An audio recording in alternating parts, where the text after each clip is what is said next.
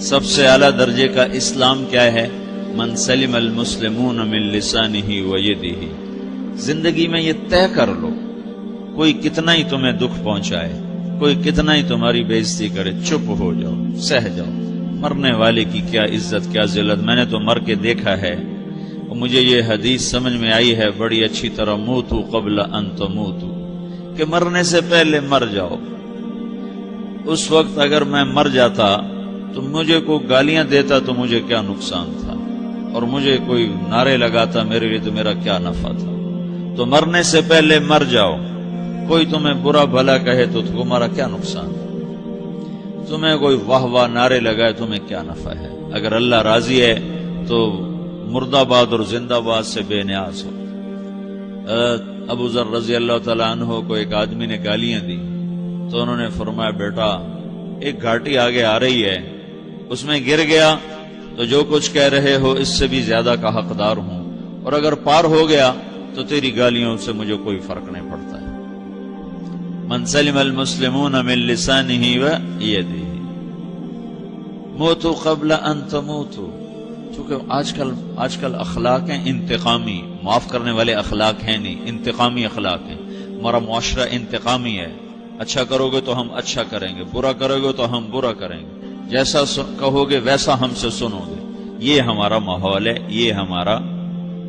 ایک ماں کہہ رہی تھی دوسری ماں کو، میرے پترا کدی کسی نے واسطے سلام نہیں کیتا، بڑے فخر سے کہہ رہی ہے، ہمارے اپنے گاؤں کی بات بات، میرے پترا کدی نہیں کسی نے واسطے سلام کیتا، مائی جڑا کرے انہوں کریں دیں، جڑا نہ کرے انہوں پوچھ دے ہی کوئی نہیں۔ یہ وہ فخر سے کہہ رہی ہے۔ جو سب سے بڑا عیب ہے وہ سب سے بڑا فخر بنا ہو۔ میرے پتروں کدی نہیں کسی نے واسطے سلام کیتا۔ جب ماں باپ نے یہ سبق دیا تو اولاد کا کیا قصور ہے؟ تو ہمارا معاشرہ انتقامی ہے، ایک کی 10 سنانے کا ماحول ہے، تو آپ 100 کی ایک بھی نہ سناؤ۔ احنف بن قیس رضی اللہ تعالیٰ عنہ پہ ایک آدمی نے چڑھائی کر کہنے لگا، ایک سناؤ گے نا تو 10 سنو گے میری طرف سے۔ تو احنف بن قیس کہنے لگے، بھائی تو مجھے 100 بھی سنائے گا نا تو میری طرف سے ایک بھی تو نہیں سنے گا۔ ایک آدمی ان کی بڑی بےزتی کر رہا تھا اور وہ چل رہے تھے اور وہ 100 گالیاں بک رہا ہے۔ جب آ گیا نا قریب شہر تو کہنے لگے، دیکھا میرا قبیلہ یہاں رہتا ہے، اگر کسی نے سن لیا نا تو تیری بڑی دھلائی کر دے گا، تو نے جو مجھے گالیاں دینی میں کھڑا ہوں یہیں تو دے لے، تو اپنا سارا زور پورا کر لے تاکہ آگے تجھے کوئی تکلیف نہ پہنچا دے میری وجہ سے۔ تو وہ پاؤں پہ گر کے معافی مانگنے لگا کہ واقعی تو بڑے حلم والا ہے۔ وہ مشہور تھے اپنے حلم میں، بردباری، اور لوگ ان کا امتحان لینے آیا کرتے تھے کہ بھئی کوئی ہے جو احنف کو غصہ دلا دے، تو لوگ ناکام ہو جاتے تھے، ان کو غصہ نہیں آتا۔ ایسے ایک عرب سردار گزرا معن بن زائدہ، وہ بھی اپنے حلم میں بڑے مشہور تھے۔ ایک دفعہ لوگوں میں شرط لگ گئی کہ کوئی ہے معن بن زائدہ کو غصہ دلائے تو ہم اس کو انعام دیں گے۔ تو ایک شاعر نے کہا، میں غصہ دلاتا ہوں، تم دیکھنا ایسے سیخ پا ہو جائے گا جیسے جانور۔ تو وہ چلا گیا اس کی مجلس میں، دربار لگا، عرب سردار تھا بہت بڑا، دربار لگا ہوا، تو کہتا السلام علیکم، وعلیکم السلام۔ تو معن بن زائدہ پر ایک دور بڑے فقر کا گزرا تھا، پھر اللہ نے اس کو بہت بڑی سرداری دی، بنو عباس کا بہت بڑا یہ وزیر گورنر تھا۔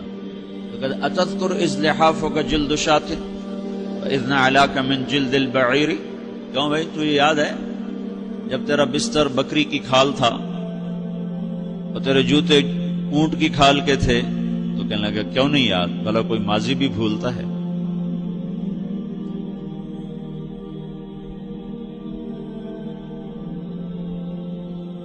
تو وہ کہنے لگا پہلا وار تو خطا کا، فسبحان الذی اعطاک ملکا وعلمک الجلوس علی السریر، تو پھر ساری تعریفیں تو اللہ کی ہیں جس نے تیرے جیسے کو تخت پہ بٹھا دیا۔ کہاں بھئی ساری تعریفیں اللہ کی ہیں، میری تو کوئی اوقات نہیں۔ تو کہنے لگا سأرحل عن دیار انت فیہا وان جار الزمان علی الفقیر، جہاں تیرے جیسا حکمران ہو وہاں مجھے رہنا گوارا ہی نہیں ہے، میں یہاں سے چھوڑ کے نکل جاؤں گا چاہے کتنی تکلیف اٹھاؤں۔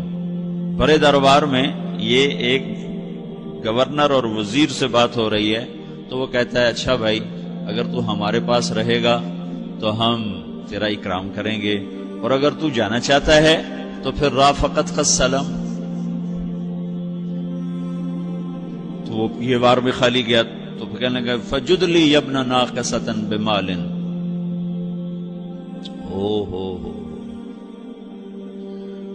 او گندی ماں کے بیٹے، مجھے کچھ عطا بھی کر، میں بغیر پیسے کے سفر کیسے کروں گا. عرب کو کسی کو بھی ماں کی گالی دے دینا، پھر عرب سردار ہو. فجد لی یبن ناقصۃ بمال. بری ماں کے بیٹے مجھے کچھ پیسے بھی دے، میں نے جانا ہے. میں کہا بھائی اس کو 3000 دے دیا جائے. اللہ. تو کہنے لگا قلیل ما آتیتنی و انی لأتمو منک فی الکثیر. یہ تو بہت تھوڑا تو نے دیا ہے، مجھے اور دے. کہا اچھا بھائی 3000 اور دے دو. تو وہ شاعر کی بھی آنکھیں پھٹ گئیں. کہنے لگا اب ٹھہر جا ٹھہر جا، اب میں تیری اصل تجھے بتاتا ہوں. سألت اللہ ان یبکیک ذخرا فما لک فی البریۃ من نذیر. میں اللہ سے دعا کرتا ہوں اللہ تیرے جیسوں کو سلامت رکھے، تیرے جیسا دنیا میں کسی ماں نے جنا ہی کوئی نہیں.